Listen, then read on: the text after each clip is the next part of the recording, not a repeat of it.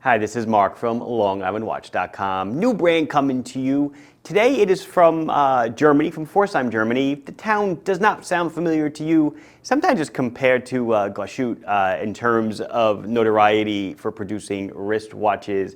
Brands in my store, Aristo, Volmer, Laco traces its roots there, Stova, Ickler, the list goes on and on. So today it's Circula watches. They've been in town making watches since about 1955, mid-50s. And what's really cool is that the guy in charge of it now, Cornelius, he is third-generation watchmaker, passed down from his grandfather to his father to him. So really nifty. Gonna be checking out their watches today. And keeping in the spirit, on my own wrist, I am wearing, it's an Islander Spinnaker collab, but this is a compressor style watch. And today we will be seeing a true compressor watch. And on my other wrist is my Marathon Islander collab, their first white dial navigator, their first watch with blue tritium tubes. So cool. Before we check out the watches, just if you want to learn more about compressor cases and what they mean, stick around to the end of the video and I'll do like a quick little, won't be a real watch and learn, but we'll talk about it really fast and I'll show you kind of how they work. I just don't want to bore the review of the watches with that stuff for people who don't want to see it. That's it, let's check them out. Okay, let's boogie. So I'm opening with the compressor watch. Now, this is not compressor style. This is a true super compressor. Not necessary in today's technological environment, but super cool that they do it. And this is my first time actually definitely selling a super compressor. Might be my first time handling one, not sure. So this is the SuperSport.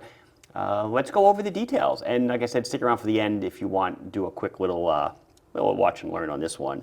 It is a 40 millimeter case. Great size, great size. It's 12 millimeters thick to a slightly domed sapphire crystal. It's gonna have all the goodies, guys, all the goodies. It's 46.5 on the lug tip to lug tip. It is a solid screw down case back. You can read the text in there, obviously made in Germany. It is a 20 millimeter strap rubber. Oh, by the way, I'm showing you 4 watches today. Each one comes in a few different colorways.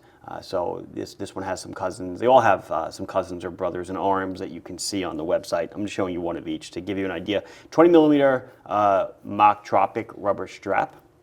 We have 300 meters of water resistance. Weighs 100 grams on the rubber.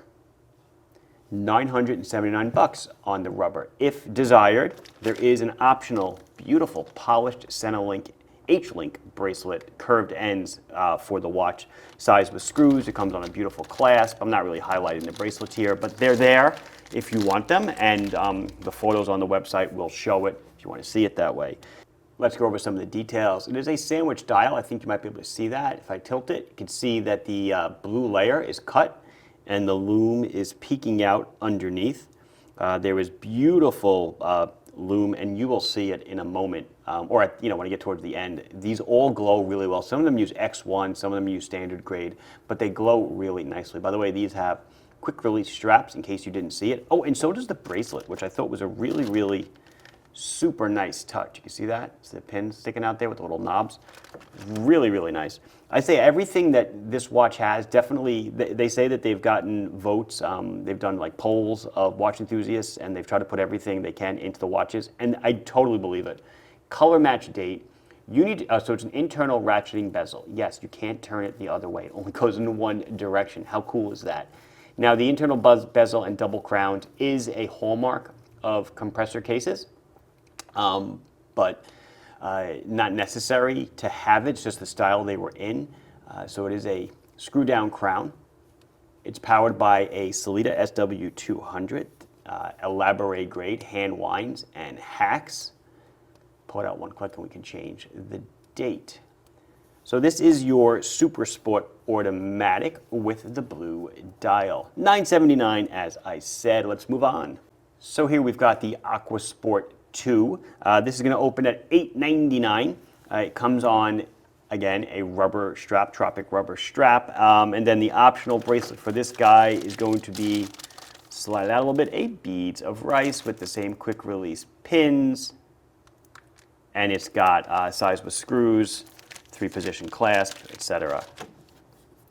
So just like the predecessor that you just saw, it is an ETA Solida SW200 Elaborate grade movement. So Elaborate means it's one up from base, has a little more regulation done to it in a couple of positions. Just so you know, it's still 40 millimeters in diameter. It's 12.6 to that slightly domed sapphire crystal. 46 on the lug to lug, so we're still at a great size. Solid embossed case back. Nice little guy or girl diving, or them, with a fish. Cute, very nice. 20 millimeters on the strap still. 200 meters of water resistance, 100 grams on the rubber, and you can see the dial on these, kind of like a wave pattern. It's like a two-piece dial. You can see the rehort, or the chapter ring, as you might call it, is a separate piece. We have a 120 click. Man, you hear that? Beautiful. Unidirectional ratcheting bezel. This one uses Superluminova C3, but X1 grade. X1 is like the most lume that you can get out of luminosity. It's got a beautiful brushed case, polishing on the chamfer. As you can see, the bezel was super easy to grasp. We do have the made in Germany, I'm looking for it, made in Germany hallmark on the bottom of the dial. I think you can see it there. Love how the line on the crown matches the accent of color on the dial. Let's move on. So this is their ProTrail field watch, and this is a serious piece of kit. Really, first of all, just really sharp looking, really nice, kind of a reminiscent design of field watches, right? But still kind of, immediately recognizable for what it is. It is still powered by a SW200 automatic. You notice there's no date on the watch, and it is a no date position Solida SW200 Elaborate. It is just one position, see? Right to time and right back in. It is 40 millimeters in diameter. It is 12 millimeters thick to a slightly domed sapphire crystal. All the crystals do have inner AR. We are looking at 46 millimeters on the lug tip to lug tip. Again, with the solid screw down case back this time, instead of an embossing, we have an etching. Kind of looks like a map, if you will. There's some ISO lines, elevation lines. Pretty cool, pretty cool. 20 millimeters on the lug with 150 meters of water resistance, which for a field watch is plenty, plenty, plenty. 95 grams on the rubber strap. This one's $9.89. You might be saying, well, why is it more expensive? What's it bringing to the table? Well, the case is stainless steel, but it's done with a hardening. It's brought up to 1200 Vickers, which is extremely, extremely scratch resistant. So you'll notice it has this kind of lusterless finish on it in certain parts, and then part of it's chamfered. The part that's chamfered has polishing. There's some bead blasting here on the pockets, but it's all been coated so that it will not scratch easily, I should say. And then additionally, the watch is highly anti-magnetic. It has a little Gaussian cage inside, anti-magnetic up to 80,000 amp meters. This is a soft iron cage. When you unscrew the case back, you would see a little iron hat that's covering the movement. The bracelet for this one is also really cool. It's treated so that it is scratch resistant, and it's like this. So it has this titanium kind of look to it. It's not titanium, that's the next watch. This lusterless look to it, but it is fairly pricey, the bracelet. I want to say, I didn't write the prices down offhand, but I want to say it's near $200 or so for this bracelet, something like that. Don't quote me, I'm only the guy selling it. Gray dial, there's a sand dial, and then there's a DLC model, which is pretty slick as well. That one was a limited edition. We have a couple, but that's a limited run. And then I'm going to bring you up to the last. Oh wait, did I get close enough on the dial for you? I do want to show the dial because it's done really well. There is, layering, patterning, texturing. This is an anthracite dial or a gray dial, blue accents. Love the blue tip on the second hand. Of course, made in Germany. And I didn't screw the crown down, did I? There we go. This one's really nifty. This is the Divesport, and I'm going to flip my notes. That's not it. Wrong notes. There's the Divesport. This is the Divesport titanium, if you can't tell by looking at the lusterlessness of the case. It is a grade 2 titanium, but also hardened to 1200 Vickers, so will not scratch easily. Also not running. Solida SW200-1, of course, Elaborate grade. Color match date wheel at the 6.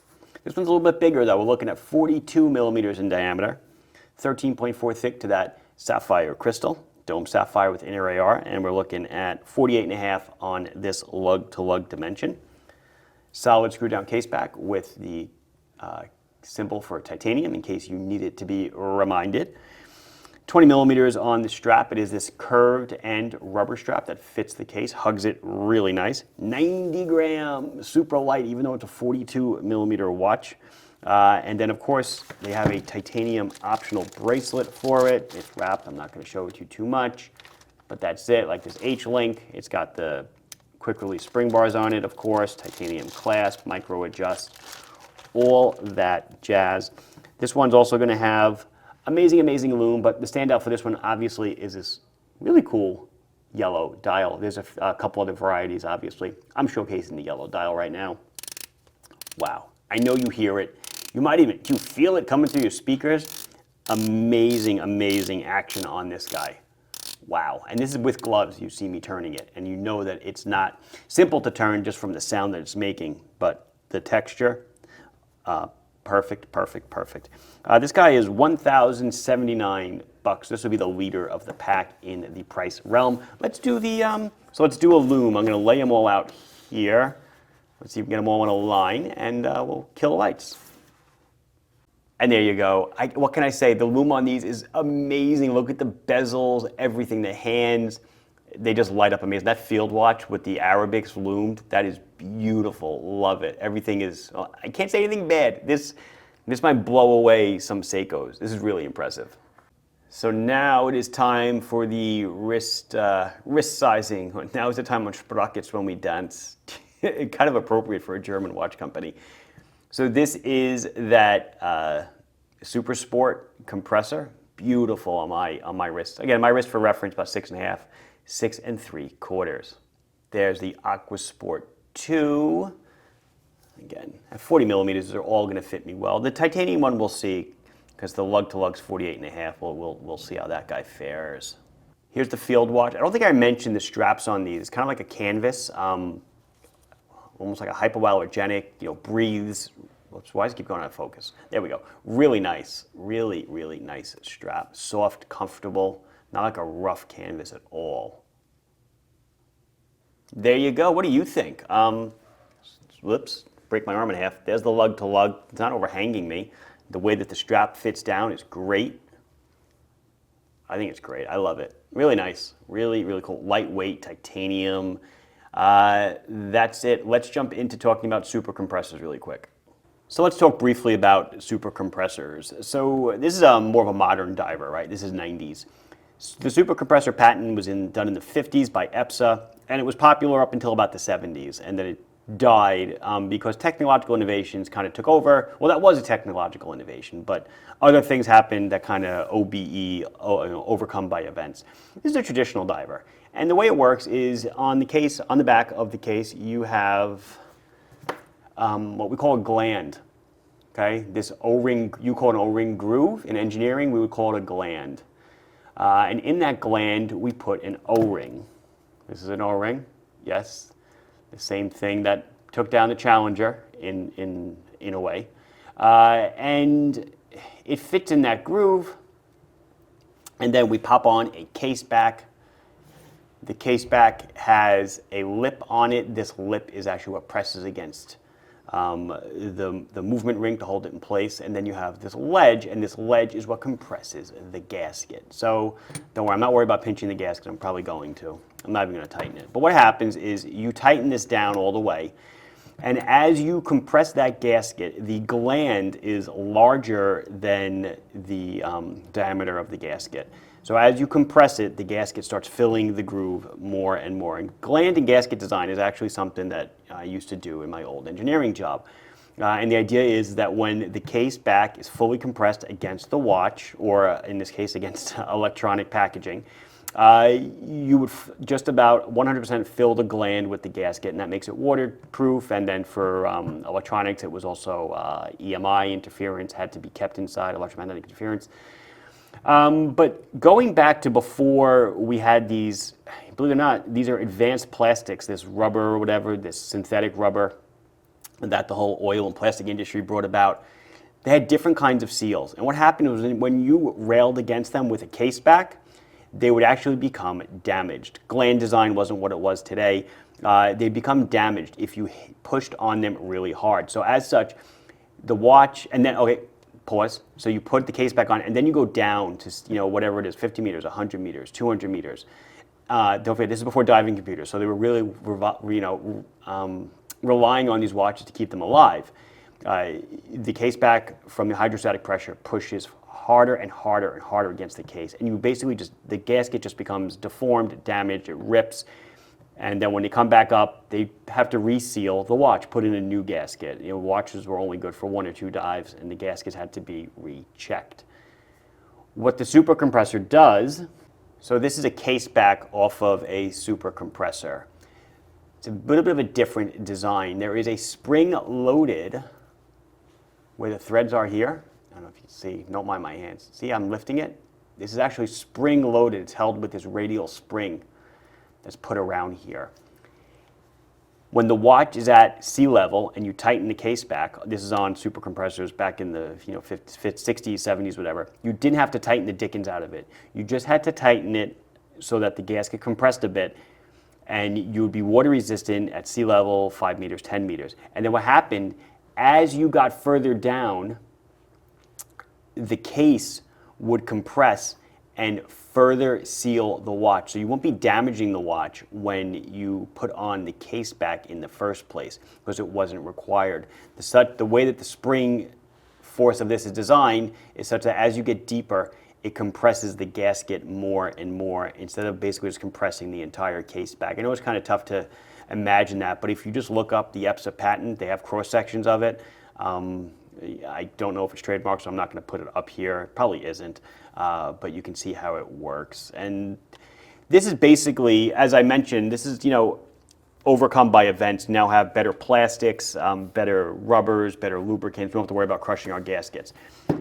Why do we call compressor-style watches ones with an internal rotating bezel and 2 crowns? I don't know, actually. That happened, the EPSA patent has nothing to do with 2 crowns and internal bezel. It has to do with the sealing system. It just happened to be the way the watches were designed. Could you have a watch with an external rotating bezel and a SuperCompressor caseback and 1 crown? I don't see why not. There'd be nothing wrong with it. But that style just became known as SuperCompressor style or compressor style. That's it. It has been Mark from LongIslandWatch.com showing you Circula watches. Oh, it's the Spinnaker. Please like the video if you enjoyed it. Subscribe to the channel if you have not done so. Questions, comments, concerns, anything else you want to add about compressors, I'd love to hear it. Put it down below. See you in the next one. Thanks for watching. Bye-bye.